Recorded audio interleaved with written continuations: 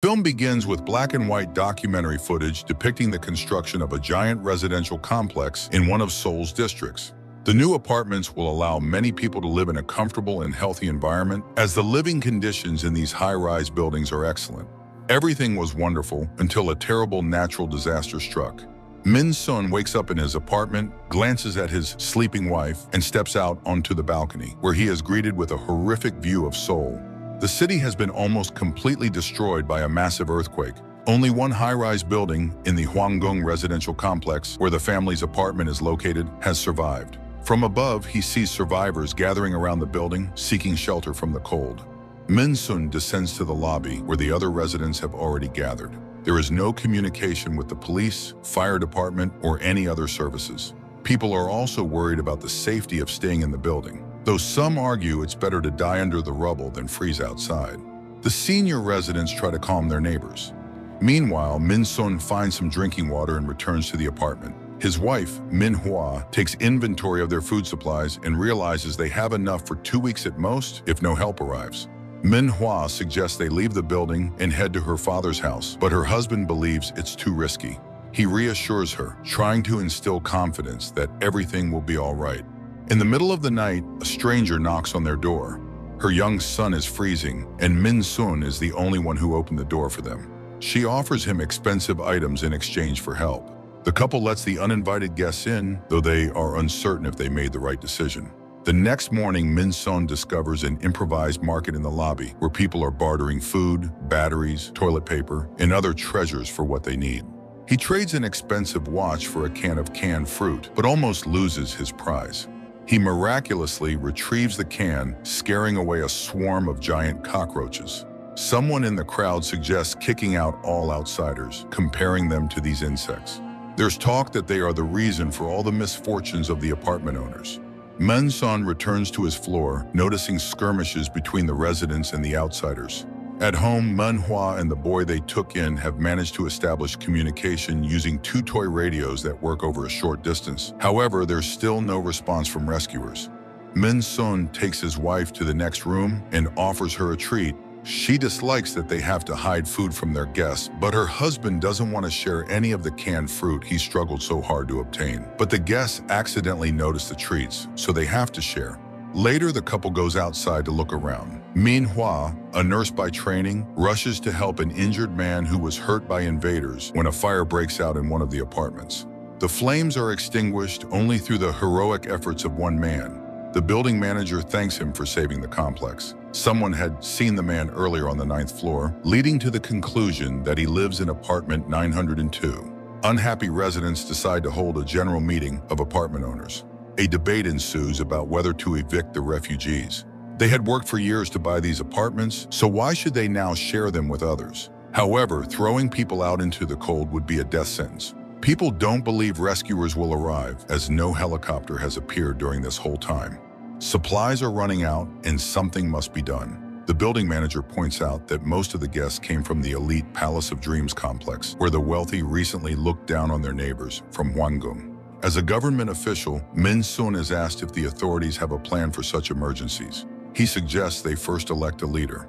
Everyone agrees that the best candidate is the hero who was willing to sacrifice himself during the recent fire. The man is given the title of president.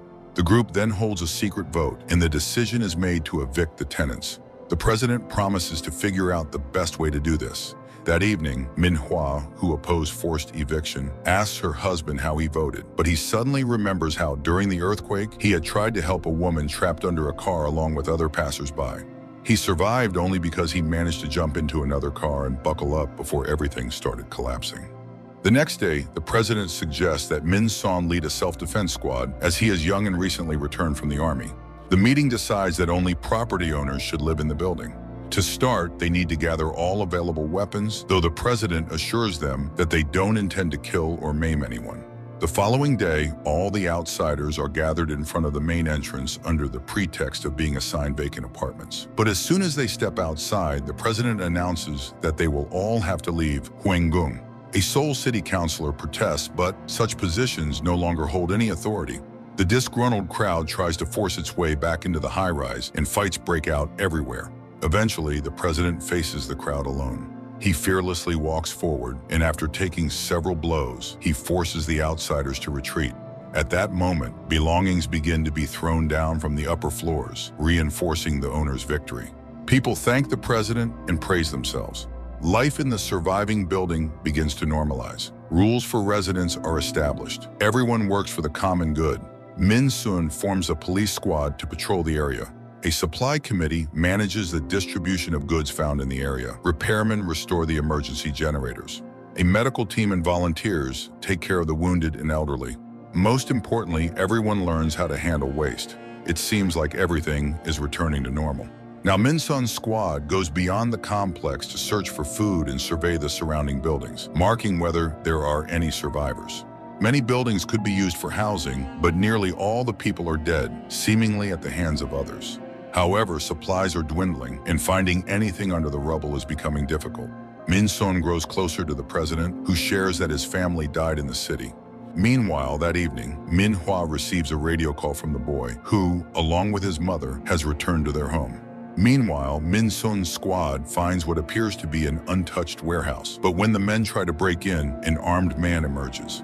A fight ensues, and Min Sun beats the man to death. The squad takes the supplies, and as they leave, Min Sun sees the man's wife and child emerging from the ruins, mourning their loved one. The squad returns home, where the other residents are preparing for New Year's celebrations. At the tables, people praise Min Sun as a good police chief. Suddenly, a young woman named Hwang arrives, claiming ownership of an apartment in the building. The building manager points to the president as her closest neighbor, but she behaves strangely around him. The president suggests welcoming her, and people ask him to sing for the rest. He sings and remembers the day before the earthquake when he arrived at the complex, only to lose his apartment due to a scam. The young man who bought the apartment tried to explain that he, too, was a victim of fraud, but the president was convinced that he was in cahoots with the realtor and attacked him.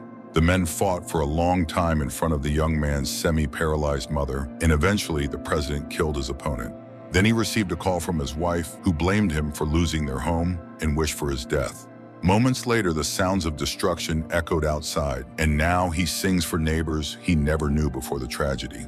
The next day, Hwang comes for food and witnesses an argument. People are unhappy with the unequal portions, but the building manager reminds them of the principle of each person's usefulness. That day, Min Sun's wife asks about the man he killed, but he insists his opponent survived. Nevertheless, she asks him not to go on any more raids, as she receives a large ration as a nurse. Later, she goes to the apartment where a man sheltered a woman and child and gives them some food. The president notices her visit. He later encounters Hwang in the hallway, invites himself over, and brings a small heater. The girl acts cautiously, but agrees to remember her neighbor under pressure. Later, she visits Min Hwa and shares that hell reigns everywhere. People survive however they can, while the residents of their building live in a closed-off world, refusing to help others. The neighbors pounce on her, and the girl's nerves snap. She confesses to Min Hwa that the president is not her neighbor at all. At that moment, screams are heard from below. It turns out that one of the complex's residents ventured outside and was killed by vagabonds. The president orders the guards to be reinforced and heads to the apartment where Min Hwa had brought food. The owner manages to hide the illegal tenants, but the president finds the woman and child. They are thrown out into the street. Min Sun blames his wife, and she confesses that the president is an imposter who never lived there. Her husband rushes to the president, begging for forgiveness, but the president asks only for hard work for the benefit of the building. The next day, thorough searches begin. Any outsiders found are thrown out, and the doors of the guilty are marked with red paint, denying them food. Later, the president gives a speech to the residents, promising to protect them. The guilty are forced to repeat a phrase 200 times, admitting that they were wrong. However, one man, in protest, jumps from a great height and dies in front of everyone. Later, his body is burned because the previously abandoned bodies have disappeared, presumably taken by vagabonds to be eaten. Meanwhile, water begins to flow into the courtyard, thanks to the workers who connected the supply. While people celebrate, Hwang tells Min Sun that she saw the real neighbor and knows what he looks like. Meanwhile, food supplies run low again, and the president leads the squad in search of provisions. Soon, they find a passage to the basement, and Min Sun descends there. At the same time, women sneak into the president's apartment through the balcony, where they find an old, sick woman. Min Hwa tries to get her to confirm that the president is not her son, but she only asks for food. In the city, Min Sun finds a basement filled with corpses, but one of the walls seems suspicious to him, and after clearing it, he realizes it's the window display of a store.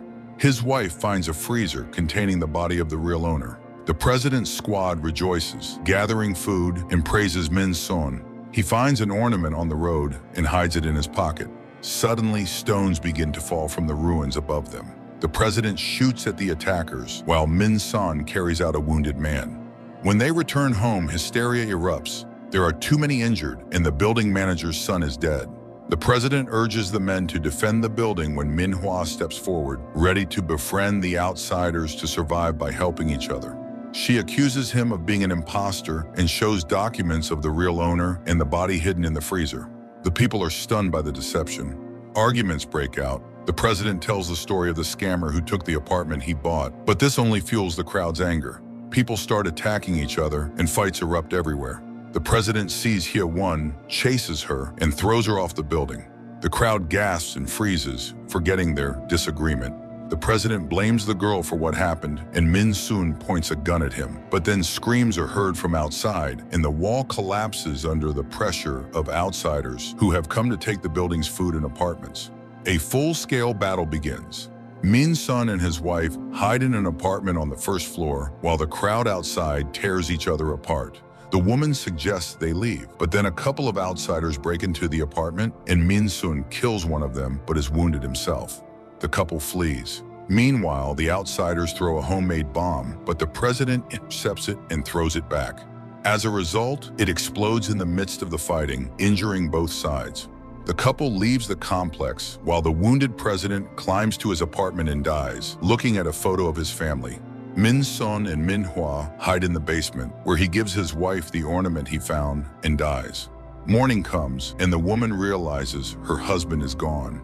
She cries over his body when she is found by some strange women who invite her to join them. Soon the group leads her to a house that has remained intact, though it has fallen on its side. They give her food, and Min Hwa is struck by the fact that no one demands anything in return. She smiles through her tears, saying that the residents of her complex were just ordinary people. The creators of the film didn't manage to tell the world anything fundamentally new that we didn't already know about people. However, one can observe how the cult of personality is born, where tyranny comes from, and where humanity disappears.